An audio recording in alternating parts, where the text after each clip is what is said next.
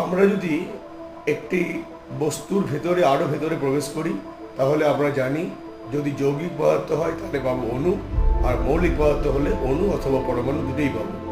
অণুকে ভাঙলে পারা যায় অ্যাটম, অ্যাটমের ভেতরে একটি নিউক্লিয়াস এবং আশেপাশে রয়েছে ইলেকট্রন মহল। ইলেকট্রনের ভিতরে কি আছে সেটা এখনো পর্যন্ত জানা যায়নি। আর নিউক্লিয়াসের ভিতরে রয়েছে প্রোটন এবং নিউট্রন, এছাড়া আরও অনেক সাবঅ্যাটমিক পার্টিকেল যারা ক্ষণস্থায়ী।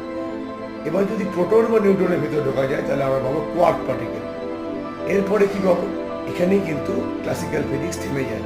কিন্তু স্ট্রিং থিওরি বলে সব কিছুই তৈরি হয়েছে একটা ভাইব্রেটিং এনার্জি স্ট্রিং দিয়ে। সেটা ইলেকট্রনও তৈরি হয়েছে, সেটা নিউট্রিনও তৈরি হয়েছে, বা ইলেকট্রন প্রোটন বা যে কোনো মৌলিক বল যেগুলো সেগুলো স্ট্রিং দিয়ে তৈরি হয়েছে। এবং সেই শক্তির স্ট্রিংটা নাকি 11 মাত্রা বা 11 ডাইমেনশনাল ইউনিভার্সের মধ্যে ভাইব্রেট করছে। এটাই 1 মিনিটের স্ট্রিং থিওরির জিস্ট।